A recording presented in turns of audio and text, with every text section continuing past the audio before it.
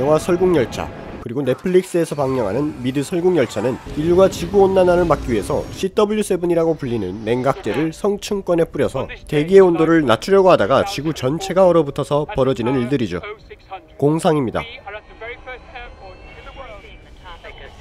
그런데 비슷한 연구가 이미 진행 중이라면 믿으시겠습니까?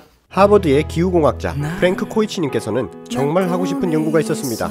공기가 희박한 저 하늘 위로 지구의 성층권에 작은 입자들을 뿌려서 태양빛이 이 입자들에 반사되어 나가게 만들어서 지구의 온도를 낮추는 실험 말이죠. 연구실에서는 지구 지면에서 20km 높이에 있는 이 성층권 환경과 비슷한 공간을 만들고 테스트를 진행하고 있습니다. 하지만 아직까지는 그저 연구실에서만 하고 있기 때문에 실제 성층권과 비교하면 제대로 작동할지는 의문이라고 합니다. 그래서 하버드 연구진들은 곧 실제 성층권에서의 데이터를 얻기 위해서 스웨덴 최북단에 위치한 이스레이지 우주센터에서 1차 실험을 한다고 합니다. 세계 각국에서 온난화를 일으키는 이산화탄소나 메탄을 줄이는 노력을 하곤 있지만 기후변화를 막을 만큼 적극적이진 않습니다. 그래서 이번 실험으로 기후변화를 조금 늦출 수 있지 않을까 하는 기대감을 가지고 있죠. 그러나 우리는 자연이라 부르는 이 지구를 거의 이해하지 못하고 있습니다. 다르게 말하면 이번 실험이 스웨덴 최북단에서 성공하더라도 국소적일 뿐 만약 지구 성층권 전체에 뿌려졌을 때 지구 날씨 패턴이 엉망이 될 수도 있습니다.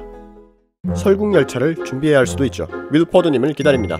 장난이고요. 물론 하버드 연구진 마음대로 이 실험을 하게 놔두진 않았습니다. 이 프로젝트의 법적, 윤리적, 환경적 문제를 검토하는 위원회에서 감시를 하고 있습니다. 물론 학계에서도 우려하고 있는 것은 사실입니다. 인공적으로 햇빛을 일부 반사하는 시도는 아직 없었지만 지구 역사에서 화산이 그 역할을 일부 해왔습니다. 1991년에 필리핀에서 폭발한 피나투보 화산은 수백만 톤의 화산 연기를 만들어서 몇 년 동안 지구 기온이 내려갔고 또 날씨 패턴이 조금 달라졌습니다. 그래서 인공적으로 무언가를 하려고 하는 시도를 두려워하는 것도 있죠. 그런데 반대로 이 하버드에서 하는 지구공학을 적당한 방식으로 사용할 수 있다면 환경 부작용을 줄이고 원하는 결과를 얻을 수도 있다고 합니다. 자, 하버드 연구진이 계획한 실험은 이렇습니다. 프로펠러와 센서가 장착된 거대한 풍선을 띄워서 눈에 보이지 않을 정도로 작은 입자를 2kg 정도 성층권에 뿌립니다. 그리고 나서 각종 센서들이 이 입자들이 얼마나 퍼지는지, 햇빛은 얼마나 반사되는지, 또 혹시나 성층권에 떠있는 공기 입자나 물질들과 반응해서 알 수 없는 것들을 만들지는 않을지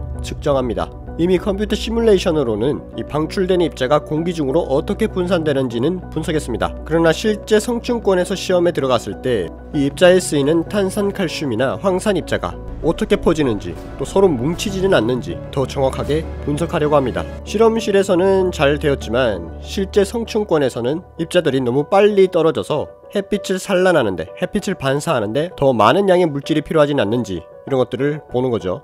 또 다른 중요한 문제는 입자가 성층권의 다른 화학물질에 반응하는 방식들도 봐야 되는 것입니다. 특히 탄산칼슘은 성층권에서는 존재하지 않는 물질이기 때문에 어떤 일이 벌어질지 아무도 모릅니다. 이 문제가 특히 중요하죠. 마치 과거에 우리가 냉장고 속을 차갑게 만들어주는 냉매로 프레온을 썼는데 알고 보니까 이 프레온이 오존층을 파괴한 것처럼 어떤 일이 벌어질지 모르는 것입니다. 마지막으로 연구팀은 이렇게 말했습니다. 지구는 정말로 복잡한 시스템이어서 우리가 모든 것을 예측할 수는 없으리라고 본다. 우리가 이 실험을 시도하면 어떤 일이 일어날지 정말로 알 수 없다 라고 말했습니다. 자, 현재까지도 이 연구팀은 비관적인 결론이 날 것이라는 학계 일부 연구진들과 또 각국의 환경단체, 위원회 등과 소통하면서 검토를 하고 있습니다.